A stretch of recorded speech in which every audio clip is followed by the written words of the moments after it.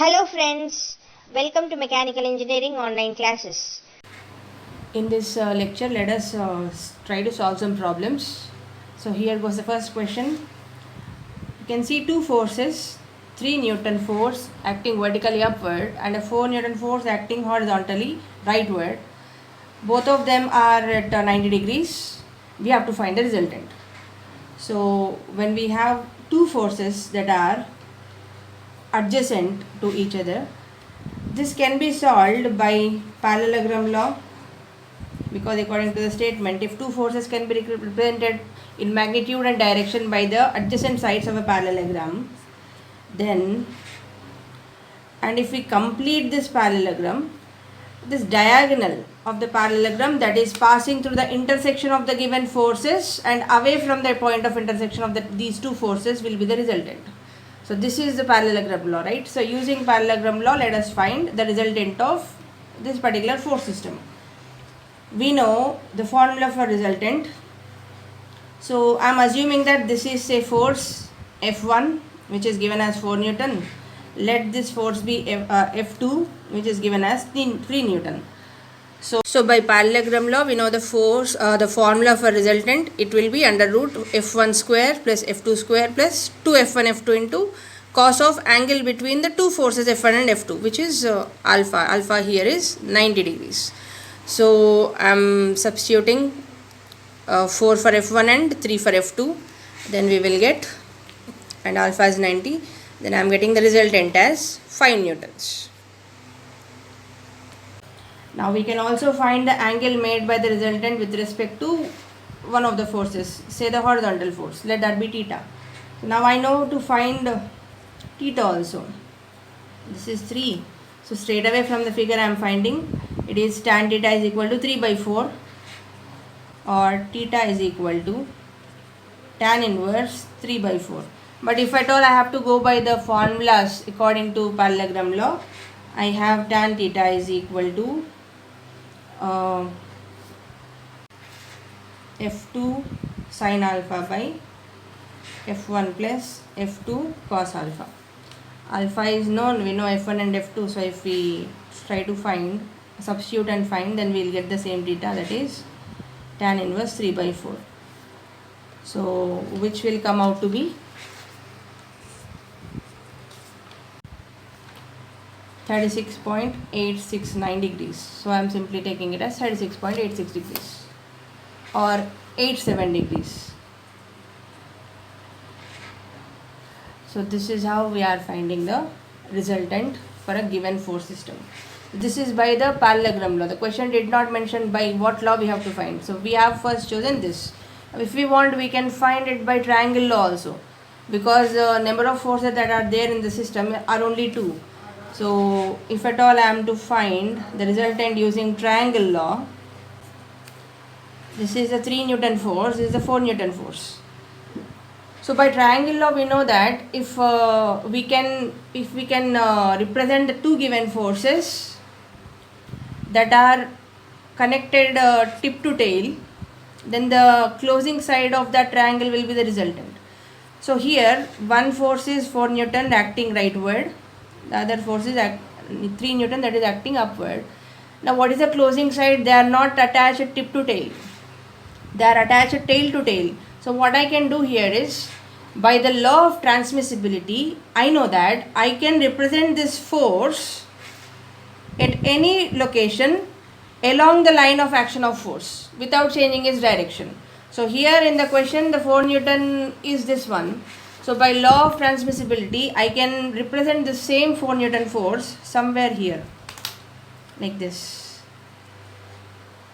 So one force is, the 4 Newton force is this, the 3 Newton force is this. So now these two are at joined tip to tail only. So now the closing side of this triangle will give our resultant. So this is the 4 Newton force, this is the 3 Newton force. Now this is the resultant. Now if at all I am saying that by geometry, if I am drawing a 4 centimeter line and a 3 centimeter line without changing the angle between the two forces, which is 90, the magnitude of this particular line will be the magnitude of the resultant, and the direction is known. I can find this theta again. Theta is again nothing but tan inverse opposite side by adjacent side, which is 3 by 4. So I will get the same answer, which is 36.87 degrees. Geometrically I can find r here, because I have 4 centimeter line and a 3 centimeter line. This will be 5 centimeter line. But otherwise, without using all the protractors and scales, mathematically we can solve the same problem. How do we solve it? I can use sine rule. Now you should not get confused with Lami's theorem and sine rule. Sine rule is only actually it is a theorem where when we are drawing a triangle, keeping in mind its magnitudes, and if we can find these angles, the ratio sine by a by sine alpha is equal to b by sine beta equal to c by sine gamma. So this ratio is maintained for sure. This is simply sine rule.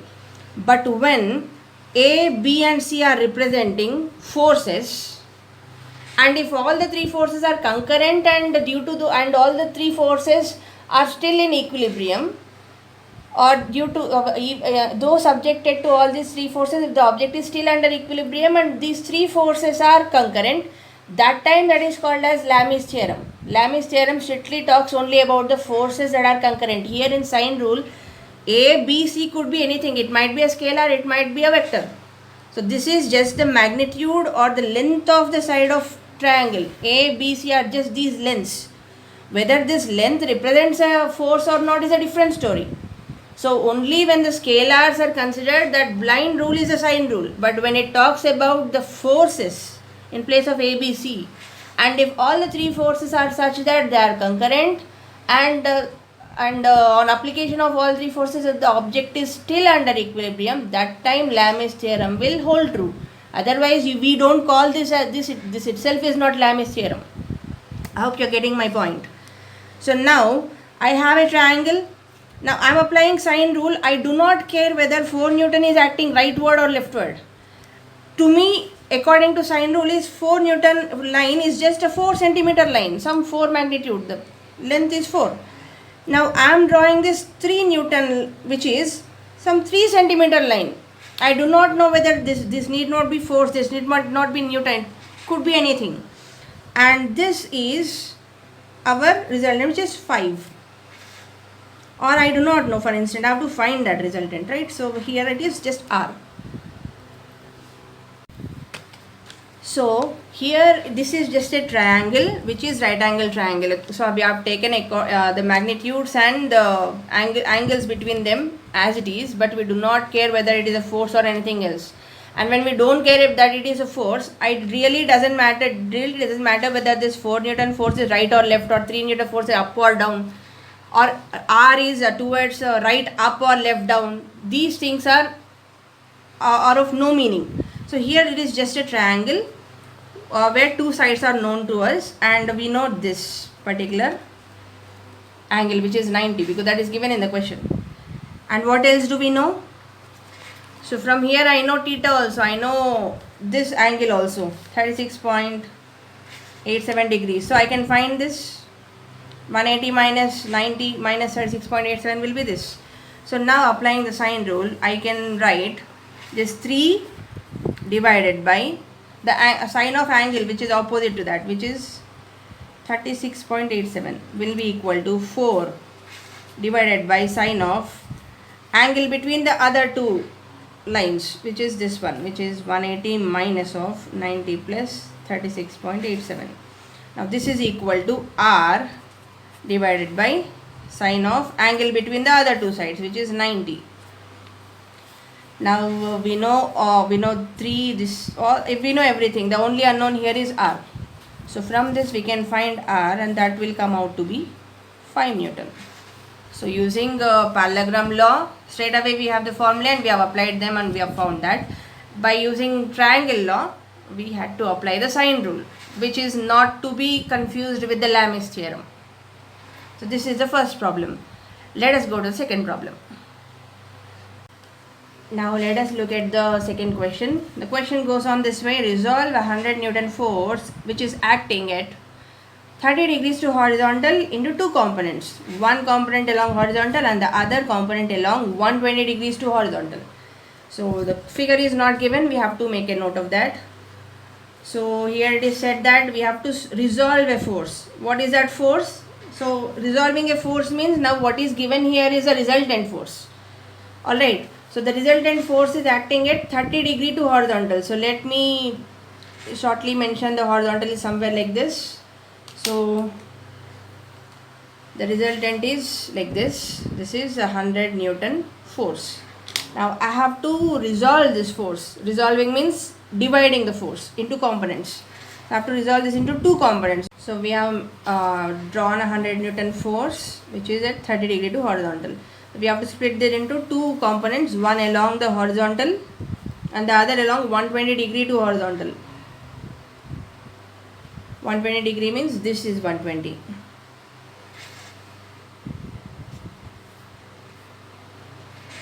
So this will be 90.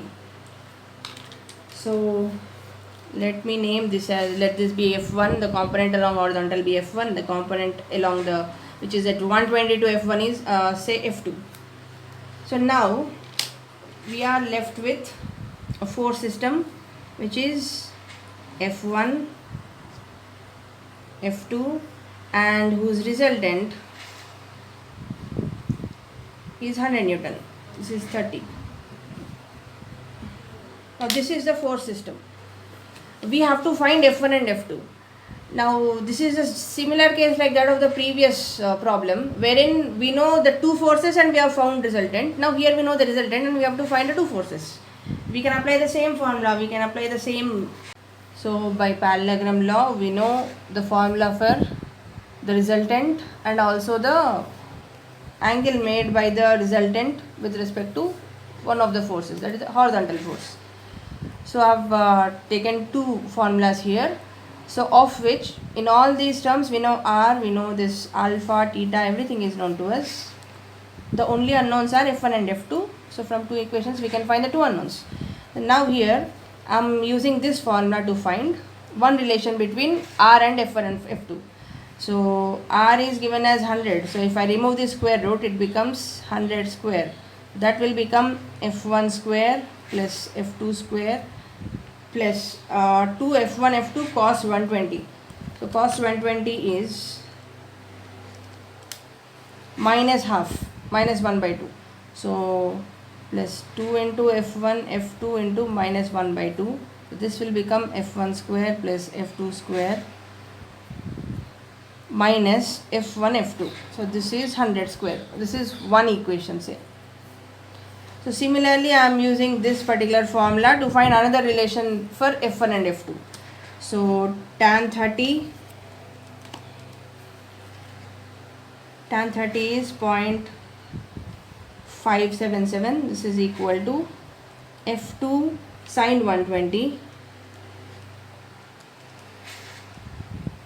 Sin 120 is 0.866 divided by F1 plus F2 into cos 120, which is again minus 1 by 2.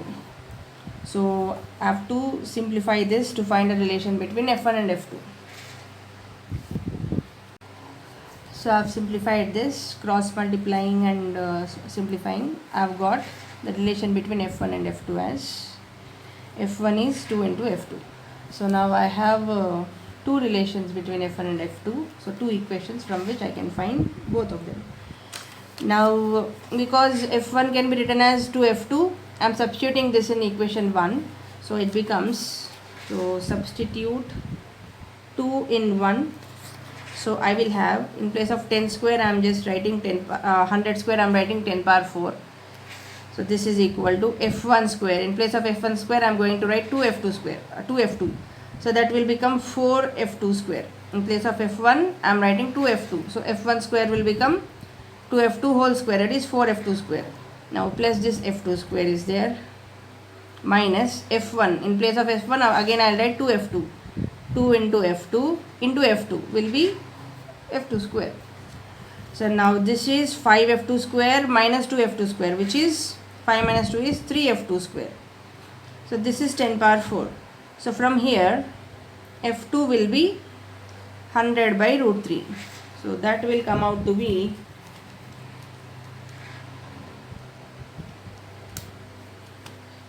57.735 newtons. Now because I know f2 and I can find f1. 2 into f2 will be f1.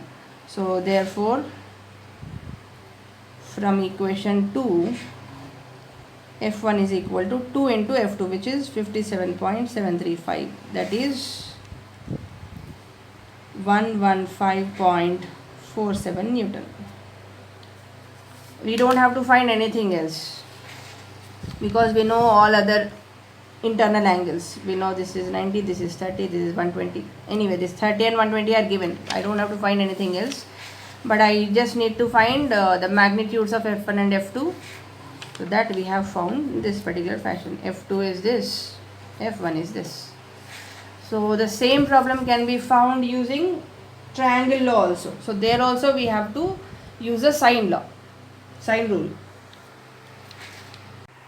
So let us see the third problem. The question is, resolve 2000 Newton force into two oblique components. Oblique components means the components are not perpendicular to each other. One component is acting along AB and the other component is acting along BC. So the 2000 Newton force is acting through B. So the figure is given in the question. Figure is a part of the question. So there is a horizontal member BC which is fixed at C, and this BC is also supported through some AB. This might be wire, cable or a rod which is fixed at A, such that the distance, vertical distance between A and C is 2 meter and the horizontal distance between C and B is 3 meter. And 2000 Newton force which we are supposed to resolve is acting vertically downward through point B. So now the question is that this is the force which we have to resolve into two components. That means here this itself is the resultant. We have to split this into components. What in what direction or along what line? One should be along AB, means one component should be along this AB and the other is along BC. So now from the figure it is clear that AB and ABC is a right angle triangle, because it is clear that these two are in the same line. So this is point A, B and C. So this is 2 meter, this is 3 meter. So if at all I am considering this to be theta, I can find theta. So from triangle ABC, ABC is a right angle triangle. AC is 2 meter length, BC is 3 meter length, this is 90. So I can find theta. Theta is nothing but tan theta is 2 by 3. So theta is tan inverse 2 by 3. So if at all I am finding tan inverse 2 by 3, I get theta as 33.69 degrees. So this is theta. Now I have to find components along AB and AC. One component along AB will be somewhere like this. Component along BC will be somewhere like this. Alright. Component along BC, it is some along this. This horizontal line I am showing here, and AB I am showing here. So what is this 2000? It is a resultant of the two components. If the component is, suppose for example, I am considering this 2000 here. This is a 2000 resultant line. So there are two forces that is giving a resultant. So I can use a triangle law. So one force is along AB, that is along this line, other force is along BC, along this line. Or I can assume that if the force are by the law of transmissibility, I can assume my resultant to be here also. So this also can be taken for solving this portion also can be taken for solving the problem, or this portion also. So here I am assuming that, suppose this is my 2000 Newton resultant. then I know by the law of triangle that if two forces are joined tip to tail, then the completing side of the triangle is the resultant, which is this. So tip to tail means, suppose there are two forces like this. This closing side is the resultant. Alright, so if I see, this is the first vector, this is the second vector. So our resultant is traveling from tail of first vector to tip of second vector. So here your r itself is this 2000. So I can consider my f2, which is the second vector, somewhere here. Let this be the f2. And how should f1 and f2 be placed? That should be tip to tail. So this is f1. This is f1, this is f2. The resultant is 2000. So f1 and f2 are tip to tail, and the resultant is the completing side which travels from the tail of the first vector to the tip of the last vector, the second vector. This is a triangle law. So what I have used here, I have used this portion. Now I can apply the sine rule and find f1 and f2. Or otherwise, if you want, you can use this particular portion also. Now for example, this is a 2000 Newton, which is the resultant. By the same principle, I can draw it this way. So I am now trying to use this particular portion. Our f2 or f along BC will be here, and this particular f1 will be here. And this should be the closing side, means what? Our two forces must be coming in the opposite direction to meet its tip to the tip of the resultant. So it should be like this. So this is f2, this is f1, because you can see here, this f1 is here, this f2 is here. Alright, so you can split 2000 in this fashion or in this fashion, it will be the same. So that's the reason I have shown it here this way. Alright, so let me clearly explain you how I am taking the directions, so that there will not be any further confusion. In this particular case, when I am assuming my f1 and f2 towards the left of 2000, you can see that the 2000 resultant is acting downward. So this f1 and f2 will be in this particular direction. So they will be meeting this arrow of the resultant here. So I have to draw f1 like this and f2 like this. Now in the same fashion here, if I see, this is the 2000 line, then my f1 and f2 should be like this. The two tips must be joining, only then this becomes a resultant of these two. So now if at all I am splitting this, I will split it somewhere here, then f1 is this, f2 is this. Or if I am splitting it here, this is f2, this is f1. If you can clearly see, this f1 and f1 are parallel to each other and in the same direction. And if you check with this f2 and f2, they are also parallel to each other and both of them are in the same direction. So that's the reason why you are getting the same resultant. For the same resultant, we will have the same f1 and f2 along BC and AB. So what is our f2? f2 is taken along BC.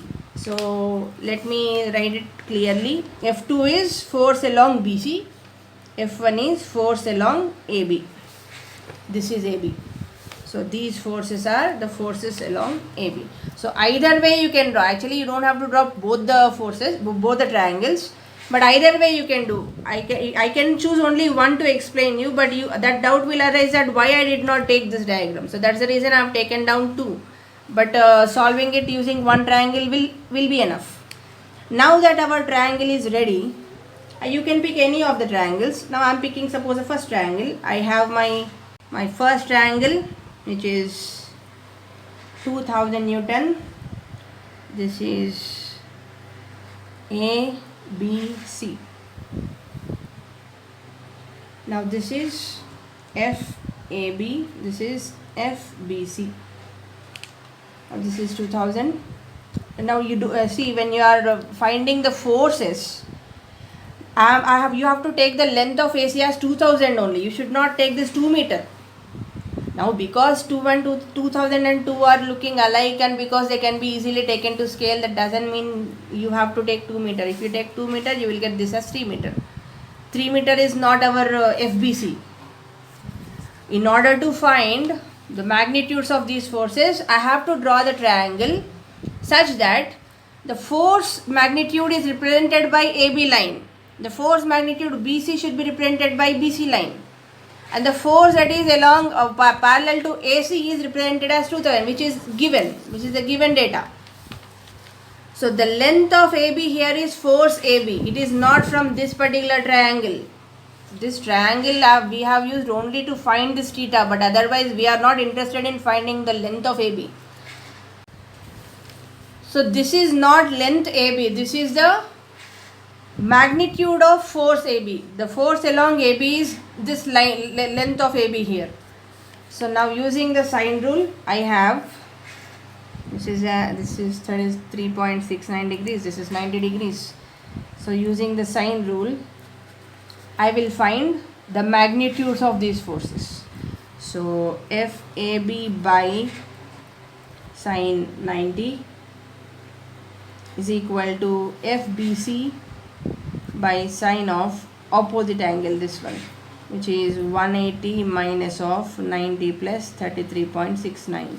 This is equal to this resultant, which is 2000 Newton divided by sine of 33.69 degrees. So we can find the value of this 2000 by sine 33.69 is 3605.56. So this is the ratio. Now FAB is equal to sine 90 into this one. Sine 90 is 1. So our FAB will be 3605.56 Newton. What is the direction of FAB? From either of the triangles, FAB is F1. They are acting downward and leftward. So like this. And do we know the angle? Yes, we know the angle it makes with horizontal, which is nothing but this one. This is 33.69 degrees. So here completes the definition of FAB totally. It is a magnitude and direction both we are showing. Now similarly we can find FBC also. FBC is equal to this ratio, which is 3605.56, that is multiplied by sine of 180 minus of 90 plus 33.69, which will be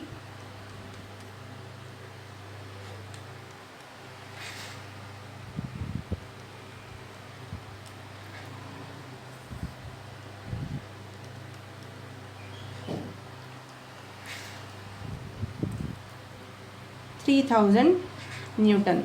Now how is the direction of FBC? FBC is F2. It is horizontally rightward. So this is the direction. So when FBC and FAB are asked, we are showing both the magnitude and directions. This is how we solve the problem. Thanks for watching. If this video was of help to you, please like it and share it with your friends. And don't forget to subscribe to our channel.